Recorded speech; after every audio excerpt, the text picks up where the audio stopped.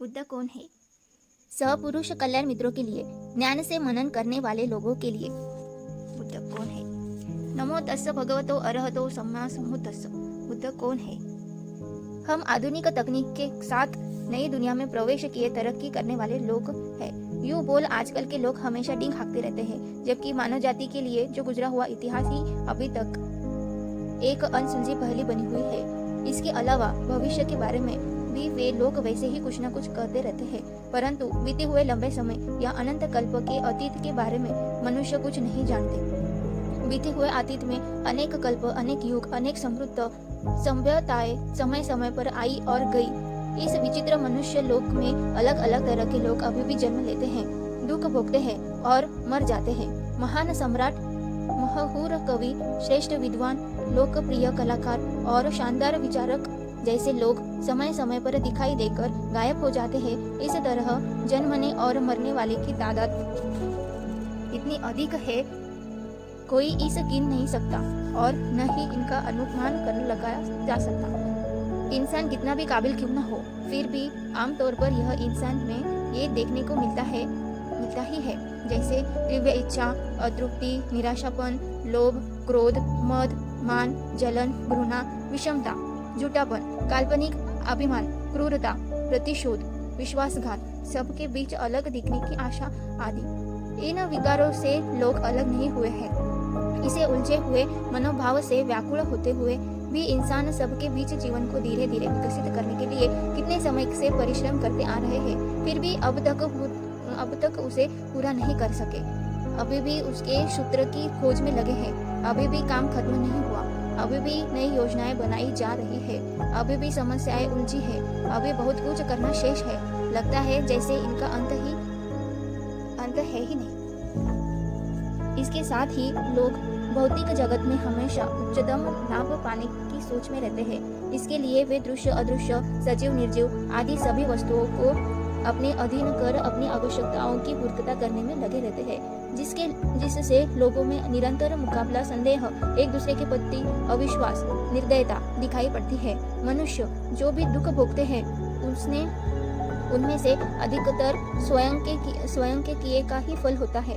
वे लोग अपने ही विकारों के कारण मनपसंद कर्म बंधन जमा कर लेते हैं। चेतना नाम की नोक, पेंसिल की नोक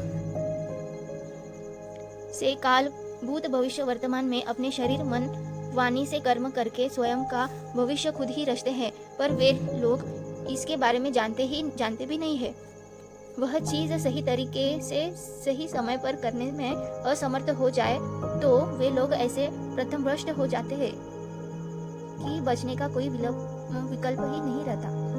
ऐसी दुनिया की वास्तविकता को पहचान कर बिना भटके हुए तीव्र स्मृति के साथ अविश्वसनीय तरीके से सभी सीमाओं को लांघ कर दृढ़ता के साथ अपनी अभिलाषाओं पर परिपूर्ण रूप से विजय पाकर एक अति विशेष मनुष्य लोगों के बीच उत्पन्न हुआ। आश्चर्य मनुष्य वही है। यह जीवन गाथा उसी अद्भुत व्यक्ति के बारे में लिखी जा रही है। इस विस्मित मनुष्य का जन्म भारत में हुआ। उन दिनों यहाँ के लोग बहुत ही इज्जत से उन्हें अलग अलग नाम से पुकारते, जैसे भंते, भगवान, सुगत, महावीर, चक्कुम, ज्ञान की आंखों वाला, संता, शास्ता, बुद्ध आदि नाम के एवं ब्राह्मण उन्हें समनो, भो, गौतमो, श्रमण गौतम नाम से पुकार। उसके रिश्तेदार उन्हें शक्यमुनि, शाक्यों का महामुनि तथा देवता उन्हें मारीश नाम से पुकारे हैं। यह आश्चर्य मनुष्य का पीपल वृक्ष की छाया में ध्यान समाधि बढ़ाकर बुद्धत्व को प्राप्त करने में समक्ष हुआ। मानव इतिहास में अब तक का सबसे बड़ा चमत्कार यही है। मनुष्य जीवन में इससे बड़ा कोई दूसरा चमत्कार नहीं है। ये किसी देवता का वरदान नहीं, बल्कि स्वयं से ही विशेष प्रज्ञा द्वारा उत्पन्न किया हुआ अद्भुत बोध है। ये एक विस्मित चमत्कार है, बड़ा अविश्वसनीय किंतु एकदम सत्य है। लेकिन ये चमत्कार सभी लोगों के लिए संभव नहीं है। यदि ऐसा होता तो समय समय पर ये चमत्कार बार बार होना चाहिए, सभी को सामान्य तौर पर सुनने या देखने को मिलना चाहिए, पर ऐसा बिल्कुल नहीं होता। ये तो अत्यंत दुर्लभ है। जो शायद ही कभी कल्पों कल्पों के बाद होता है। इसे केवल वही व्यक्ति साक्षात या प्राप्त कर सकता है जो इसके लिए पूरी तरह से समर्पित हो। यदि उस व्यक्ति ने बुद्धत्व को साक्षात कर अकेले ही जीवन बिता लिया होता तो उसके जीवन में संबंधित कुछ विशेष कहा भी जाता तो केवल उसी के बारे में होता। लेकिन बुद्धत्व को साक्षात कर इस आश्चर्य मनुष्य ने पूरी दुनिया को सच्चाई का मार्ग दिखाया। लोग जिस दुखदायी बंधन में जकड़े थे उससे उन्हें मुक्ति दिलाया। इसके लिए उसने अपने जीवन को जिस तरह से समर्पित किया वो बेहद आश्चर्य है। इसलिए बुद्धत्व की घटना तथा उनकी महान करुणा देवताओं सहित सभी प्राणियों के दिल को भा गई। न केवल प्राणियों को दिल की धड़कन ने बल्कि ये महापृथ्वी, बहती नदियाँ, फलते फूलते पेड़, गुनगुनाती हवा, मंडराते बादल ने भी उनकी करुणा को महसूस किया। सच में ये एक अद्भुत चमत्कार है। उसकी संसार यात्रा बेहद ही खास और लंबी है, परंतु वे जिस रास्ते पर चले थे वहाँ कोई सरल रास्ता नहीं था। बहुत ही कष्टमय, कांटों से भरा एक बेहद दुख भरा रास्ता था। खास तो यह है कि उस रास्ते को जारी रखने के लिए उसके पास अद्भुत साहस और असाधारण प्रज्ञा थी, जो बुद्धत्व की प्राप्ति के लिए उन्हें बहुत बड़ी मददगार साबित हुई। क्या ऐसे मनुष्य के बारे में जानना हम इंसानों के लिए एक अद्भुत प्रेरणा नहीं है? बोधयिसामि, बुद्ध बनूंगा, सबको बोध कराऊंगा। ईमानदारी भरी दया, करुणा, दृढ़ संकल्प, अखंड प्रयास और प्रज्ञा से मनुष्यों का मनोरथ पूर्ण होता है। इसमें भी ये सारे चीजें थी। ये कुछ ऐसा है जो अनादि काल से उसके साथ है, जिसका सिलसिला असंख्य कल्पों से चलते आ रहा है। कल्प ये अति दीर्घ समय के लिए कहा जाने वाला एक नाम है। ये इतना लंबा समय है कि इसे वर्षों में बताना बुद्ध के लिए भी लगभग असंभव है। एक दिन भगवान बुद्ध के पास एक भिक्षु आकर एक कल्प कितना लंबा होता है पूछा। भगवान बुद्ध बताए, भिक्षु, कल्प बहुत लंबा होता है। एक कल्प में कितने वर्ष होते हैं? कितने हजार वर्ष होते हैं? कितने लाख वर्ष होते हैं? ऐसा सुनिश्चित करना असंभव है। ऐसा है तो भगवान एक क्या उदाहरण देकर बताना संभव है? संभव है भिक्षु। मानो एक योजन 10 किलोमीटर लंबा और चौड़ा एक शहर है जो चारों ओर से योजन भर ऊंचे लोहों की दीवार से घिरा हुआ है। यह पूरा शहर ऊपर तक सरसों के दानों से भरा हुआ है। एक व्यक्ति हर 100 वर्षों पर इसमें से एक सरसों का दाना बाहर निकालता है। भिक्षु, इस तरह से एक एक दाने निकालते निकालते पूरे सरसों का ढेर खत्म हो जाता है, लेकिन एक कल्प समाप्त नहीं होता। इस प्रकार भिक्षु, एक कल्प बहुत ही लंबा समय होता है। अतीत में जितने कल्प बीत चुके हैं उसकी संख्या एक कल्प नहीं, 100 कल्प भी नहीं, 1000 कल्प भी नहीं, लाख कल्प भी नहीं। अतीत में अनेकों असंख्य कल्प उत्पन्न होकर नष्ट हो चुके हैं। ऐसे अनगिनत अनेकों कल्पों को असंख्य कहा जाता है। उस दृढ़ संकल्पी आश्चर्य मनुष्य की कथा आज से ऐसे 20 असंख्य कल्पों पूर्व शुरू हुई। वह घटना ऐसी है, एक युवक कड़ी मेहनत करके अपनी माँ को देखभाल किया करता था। उस दिन उसने सोचा, अगर मैं किसी दूर देश में जाऊँ तो यहाँ से ज़्यादा कमा सकता हूँ, फिर माँ की अच्छी तरह से देखभाल कर सकता हूँ। इस तरह माँ की देखभाल करने की आशा से उसे भी अपने साथ में लेकर वह दूर देश जाने के लिए एक नाव पर चढ़ा। बिना किसी तकलीफ के 6 दिन तक यात्रा सफल रही, परंतु 7वें दिन नाव एक तूफान में फंस गई। समुद्र के भयंकर लहरों से वह टूटकर बिखर गई। सारे यात्री समुद्र में डूबने लगे, पर वे युवक समुद्र में उन लहरों के बीच अपनी माँ को ढूंढने लगा। अपनी माँ को एक लकड़ी का सहारा लिए देख तुरंत उसके पास गया। माँ को अपनी कंधे पर उठा किनारा न देखने वाले महासमुद्र की प्रचंड लहरों का सामना करते हुए किसी द्वीप की तलाश में तैरना शुरू किया। उस समय भी दुनिया की आबादी करोड़ों में थी। वे सभी लोग अपने अपने जीवन के संघर्ष में लगे हुए थे। बस उस बीच अपनी माँ को बचाने में लगे इस धैर्यवान लड़के को किसी ने देखा। वह कोई मनुष्य नहीं बल्कि एक अनागामी ब्रह्म था। उस दिन वह ब्रह्म बुद्धत्व के दुर्लभता के बारे में चिंतन कर रहा था। दुनिया में किसी मनुष्य का बुद्ध बनना अतिशय दुर्लभ है। ऐसे दुर्लभ बुद्धत्व की राह पर जाने वाला समर्थ व्यक्ति को देखना भी बड़ा ही दुर्लभ है। क्या आप दुनिया में ऐसे लोग हैं? सोच अपनी दिव्य दृष्टि से मनुष्य लोक की ओर देखा। अद्भुत, उसे एक व्यक्ति दिखा जो अपनी जान जोखिम में डाल माँ को अपने कंधे पर उठा बड़े साहस के साथ समुद्र की भयंकर लहरों को चीरते हुए एक द्वीप की तलाश में तैरते जा रहा है। किसी की भलाई के लिए जो अपनी जान जोखिम में डाले उसका साहस कभी व्यर्थ नहीं जाता। अरे वाह, यह तो एक अद्भुत व्यक्ति है, कोई साधारण व्यक्ति नहीं। ये लगातार तैर रहा है, पर अकेले नहीं, अपनी माँ को भी कंधे पर लेकर अखंड साहस के साथ अपनी जान को जोखिम में डालने वाला ऐसा पुरुष तो बुद्धत्व के लिए अपना जीवन समर्पित कर सकता है। अच्छा होगा कि मैं इसके मन में बुद्धत्व पाने की आशा जगाऊं। वह लड़का उस समय बहुत थका हुआ था। वह अपनी माँ के साथ डूब रहा था। क्षण भर में उसके मन में दृढ़ साहस जागा। अरे ये क्या, अगर अब मैं हिम्मत हार जाऊंगा तो अपनी माँ को खो दूंगा। कभी नहीं, मैं हर हालत में अपनी माँ को सही सलामत एक द्वीप पर ले जाऊंगा। ऐसा दृढ़ संकल्प ले तुरंत पानी से ऊपर उठा। उसी पल ब्राह्मण ने उसके मन में ये सुंदर विचार जगाया। बुद्ध बनने की चाह उत्पन्न होना। बुद्धोः बोधिइसामि मुहोत मोचये परे दिनोः तारयिसामि संसारोका महम भया।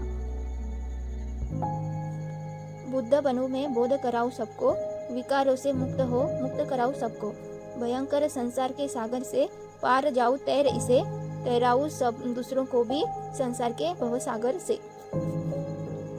उसे पता नहीं कि उसके मन में ये विचार कैसे आया। इससे यह पता चलता है कि मनुष्य धरती पर बेमतलब इधर उधर भटकने वाला कोई जानवर नहीं है।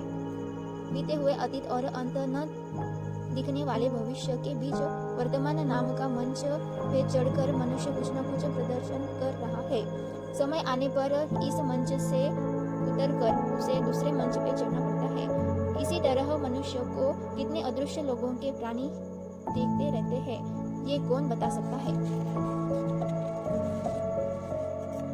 वो युवक बिना रुके प्रयास कर रहा था, लगातार तैरता रहा। विस्मित उसे सामने भूमि दिखाई पड़ी। 6 दिन तक समुद्र में नाव की गति से भी तेज तैरकर अपनी माँ को कंधे पर ले वो भूमि पर आया। माँ का जीवन बच गया। भूमि पर पहुंचते ही माँ रोते रोते अपने बेटे को गले से लगा ली। मेरे लाल, जैसे तुमने मुझे बचाया वैसे ही तुम दूसरों को भी इस संसार के दुखों से बचाओ। माँ के मुख से ये स्वतः निकला। बेटे ने सोचा, अद्भुत। समुद्र में तैरते वक्त मेरे मन में भी यही विचार आया था। यहाँ एक बात और है जो स्पष्ट रूप से देखी जा सकती है। दरअसल इस लड़की में बुद्ध बनने की कल्पना किसी बुद्ध के बारे में नहीं। वो बुद्धत्व की प्रार्थना करता है, इसीलिए मैं भी बुद्धत्व की प्रार्थना करूंगा। इस तरह दूसरों का अनुकरण करने के विचार से भी नहीं। बुद्धत्व की प्रार्थना करना श्रेष्ठ है, इसीलिए मैं भी बुद्ध बनूंगा ऐसा सोचकर भी नहीं।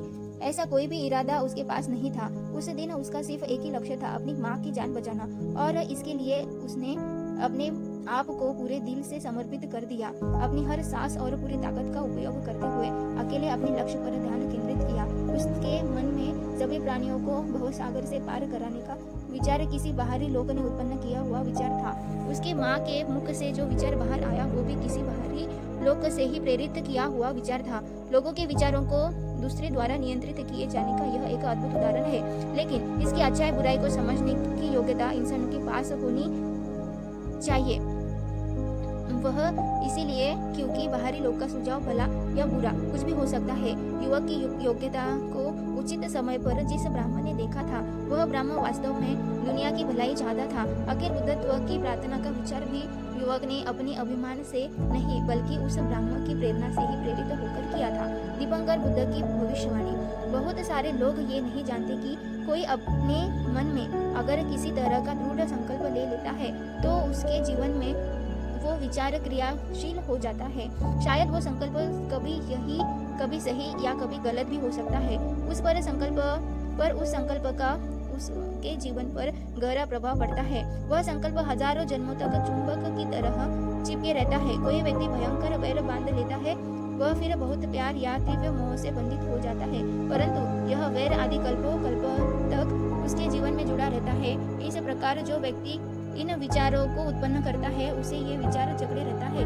उस व्यक्ति का उसके मुक्त होना इतना आसान नहीं है। वो इन संकल्पों का कैदी बन जाता है। वैसे ही अगर कोई अधिक दया अनुकंपा के साथ जीवन की सच्चाई का बोध के लिए चेतना संकल्प उत्पन्न करता है तो वो चेतना उसके अभ्यंतर जीवन में स्थापित हो जाती है। उस आशा को संपूर्ण करने के लिए वो चेतना हमेशा उस पर उपकार करती है। इस व्यक्ति के साथ भी यही हुआ। भयंकर लहरों से भरी सागर में अपनी माँ को बचाने और अपनी जिंदगी की सुरक्षा के लिए जिस वक्त वह लड़ रहा था उसके बीच वह बुद्धत्व की प्रार्थना भी कर रहा था। क्या यह आश्चर्यजनक नहीं है? उस दिन उसके मन में जो विचार पैदा हुआ वह रहस्यमय तरीके से अंदर ही अंदर बढ़ते जा रहा था। समय भी जल्दी जल्दी बीतता गया। समय इतनी तेजी से गुजरा कि 16 असंख्य कल्प बीत गए, लेकिन वो विचार उसके मन में पैदा हुआ था वह बार बार नया होता रहा। अब से 4 असंख्य कल्प तथा 1 लाख कल्प पहले सारमंड नामक एक कल्प का उदय हुआ। उस समय वह आश्चर्य मनुष्य भारत में पैदा हुआ। उसका नाम सुमेध था।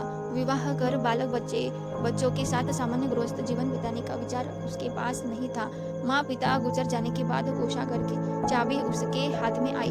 उसने कोषागार खोलकर देखा। वहाँ कई पीढ़ियों से जमा किया हुआ धन का भंडार था। जो लोग इसके मालिक थे वे सब इसे छोड़कर चले गए। आम आदमी को अगर इतना धन मिलता तो निसंदेह वह बहुत खुश होता, लेकिन उसने कुछ और ही सोचा। ओह, मेरे सारे पूर्वज बहुत मेहनत करके धन इकट्ठा किए, लेकिन मरते समय इसे कोई लेकर नहीं गए। इस धन से मेरा क्या प्रयोजन? अच्छा होगा कि ये सब कुछ दान देकर मैं भवसागर से मुक्त होने का मार्ग खोजूं। ऐसा सोचते हुए उसने दृढ़ संकल्प लिया। सुमेध गृहस्थ जीवन को त्याग कर हिमालय जाकर तपस्वी बन गया। वह स्वयं मेहनत कर ध्यान, अभिज्ञा और रुंदी को प्राप्त किया। एक दिन वह अपनी रुंदी के बल से रस्म नामक नगर के ऊपर आसमान से जा रहा था। नमक और खटाई की खोज में वह भिक्षा के लिए उस नगर में अक्सर जाया करता था। उस दिन उसने नगरवासियों को बड़े उत्साह के साथ रास्ते को सजाते देखा। वह जमीन पर उतरकर उन लोगों के समीप जाकर पूछा, ओ तुम लोग इतनी सुंदरता से रास्ता सजा रहे हो, क्या बात है? तपस्वी जी, जो संसारिक दुखों से मुक्त दिलाने वाले दीपंकर नाम के बुद्ध है, वे अपने भिक्षुओं के साथ हमारे गांव में पधार रहे हैं, इसीलिए हम रास्ते को सजा रहे हैं। सांसारिक दुखों से मुक्त दिलाने वाले बुद्ध। यह सुनते ही सुमेध तपस्वी का शरीर सुन्न हो गया। मन में बड़ा आनंद उत्पन्न हुआ। रास्ते के कुछ भाग की सजावट करने के लिए लोगों से मांग की। तपस्वी को कीचड़ भरा कठिन हिस्सा मिला। यदि वह चाहता तो अपने चमत्कार से यह पल में इस रास्ते को तैयार कर सकता था, लेकिन इसने ऐसा नहीं किया। उसने अपने श्रम से शरीर का पसीना बहाकर उस रास्ते को तैयार करना चाहा। लोगों का एक कुंडल और टोकरी मांग कर कीचड़ के ऊपर मिट्टी डालना शुरू किया।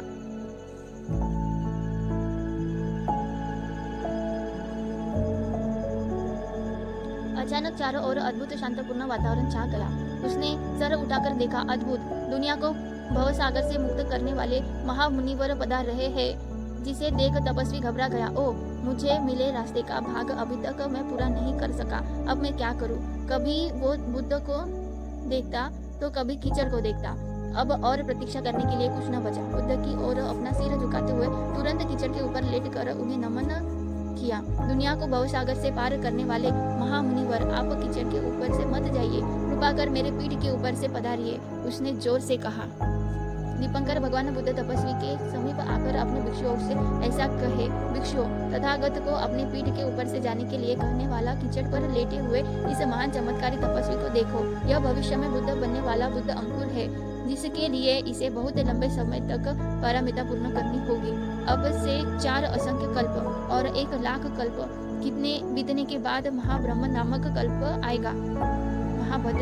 कल्प आएगा। उस कल्प में इससे पहले और भी 3 बुद्ध दुनिया में जन्म लेंगे तथा चौथा बुद्ध यही होगा।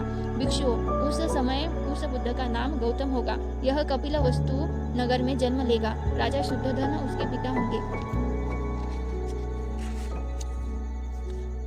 महामाया देवी उसकी माँ होगी। पीपल वृक्ष की छाया में बैठकर ध्यान समाधि को बढ़ा मार सेना को पराजित कर वह बुद्ध बनेगा। भिक्षुओं, जिस प्रकार अभी मेरे 2 उत्तम अग्र श्रावक भद्र और सुभद्र भिक्षु है, उसी तरह गौतम बुद्ध के भी सारिपुत्र और मोगलान नाम के 2 उत्तम अग्र श्रावक भिक्षु होंगे। अभी मेरे सेवक अनिरुद्ध भिक्षु की तरह उस बुद्ध को भी आनंद नाम का अग्र सेवक भिक्षु होगा। अभी मेरी 2 अग्र सेविका तिस्सा और उपतिस्सा भिक्षुनी है, उसी तरह उस बुद्ध की भी खेमा और उपलवना नाम की 2 अग्र श्राविका भिक्षुनी होगी। मेरे समान ही वह गौतम बुद्ध भी दुनिया में बहुत सारे लोगों को भव दुख से मुक्त कराएगा। सुमेध तपस्वी के लिए यह एक स्वप्न जैसा था। एक बुद्ध भविष्य में आने वाले बुद्ध के बारे में भविष्यवाणी कर रहे हैं, जो उसी के बारे में है। वह ध्यान से सुनने लगा। उसके बाद दीपंकर बुद्ध सुमेध तपस्वी से बोले, हे तपस्वी उठो, तुम महापुण्यवान हो। पहले से बुद्धिसत्व बुद्धत्व की प्राप्ति के लिए बुद्ध कारक धर्म बुद्ध बनने वाले गुण को पूर्ण किए हैं। वो बुद्ध कारक धर्म क्या है, उसके बारे में अपने ज्ञान से मनन करो। इस तरह दीपंकर भगवान बुद्ध उसके बारे में भविष्यवाणी करके अपने शिष्यों के साथ वहां से चले गए। तपस्वी वहीं पर पालती लगाकर बैठ गया और अपनी आंखें बंद कर ली। यह भविष्य का बुद्ध है। दीपंकर बुद्ध की ये वाणी सुन उसकी कानों में गूंजने लगी। क्या सचमुच में मैं बुद्ध बनूंगा? यह कैसे हो सकता है? बुद्ध तो कभी झूठ नहीं बोलते, केवल सच ही बोलते हैं। अरुणोदय के साथ सूर्योदय की जिस तरह निश्चित होता है, उसी तरह बुद्ध के वचन भी निश्चित होते हैं। अगर मैं बुद्ध बनूंगा तो बुद्ध कारक धर्म क्या है, यह कैसे ढूंढना हो, यह मुझे ढूंढना होगा। बुद्ध कारक धर्म बुद्धत्व के लिए आवश्यक गुण। कर्मानुसार परिमिताओं का चिंतन। पहले पूर्ण करनी होगी दान पारमिता। त्याग कंजूसी का एक विरोधक है। त्याग यानी दूसरों की भलाई के लिए दान देने की भाव से सब कुछ मन से त्याग देना, यह एक श्रेष्ठ सद्गुण है। हर कोई ऐसा नहीं कर सकता। उसने दान देने के लिए ऐसा दृढ़ संकल्प लिया है। सुमेध, पहले के बुद्ध सत्वों के मार्ग पर अब तुम्हें जाना होगा। तुम्हें सबसे पहले त्याग दिखा यानी कि दान कर धर्म करना होगा। जिस प्रकार भरे हुए घड़े को उल्टा करने पर घड़े का पानी तेजी से गिरने लगता है, उसी तरह तुम त्याग का अभ्यास करो। जीवन भर दान दो। धन संपत्ति, यश, कीर्ति, पत्नी, बच्चे या अपनी आंख, सिर, मांस, रक्त ही क्यों न हो, चाहे कुछ भी हो, दान करने के मौके पर बिना कुछ सोचे समझे, बिना हिचकिचाए बुद्धत्व की प्राप्ति के लिए अपना सब कुछ दान कर दो, तभी तुम बुद्ध बनोगे। शील पारमिता बुद्धत्व का दूसरा चयन। ज्ञान से चिंतन करने पर तपस्वी को दान पारमिता के बारे में समझ में आया। क्या पूर्ण करना है? दीपंकर बुद्ध ने उसने ये नहीं पूछा, यह उसे स्वयं ही ढूंढना पड़ा। उसने सोचा बुद्ध कारक धर्म इतने ही नहीं हो सकते।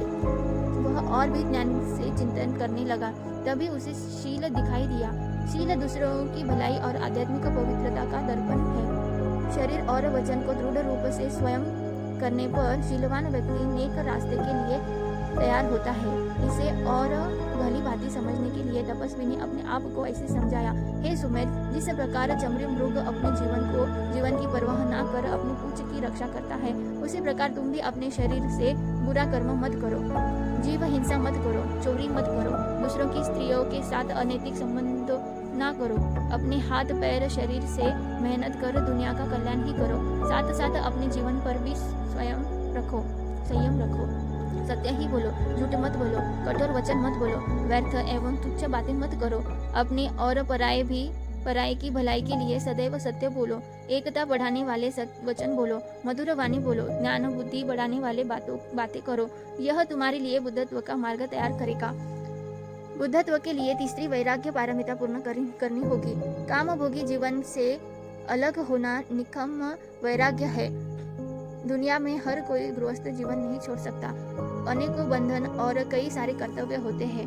उसने उसके बीच जीवन भी जीना है, लेकिन इस कर्म से परे भी कोई गृहस्थ जीवन त्याग कर काम भोग से अलग हो ब्रह्मचारी जीवन जीता है।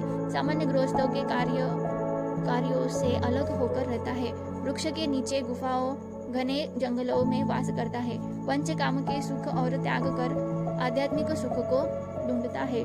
ज्ञान से चिंतन करते समय सुमेध तपस्वी को नेकम यानी कि काम भोग का त्याग दिखा।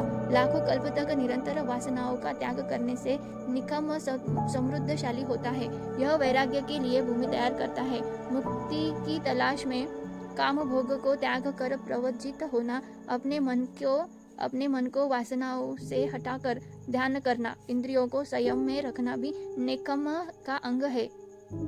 हे सुमेध, तुम नेकम में अपना मन स्थिर करो, ऐसा अपने आप को दृढ़ता से समझाया।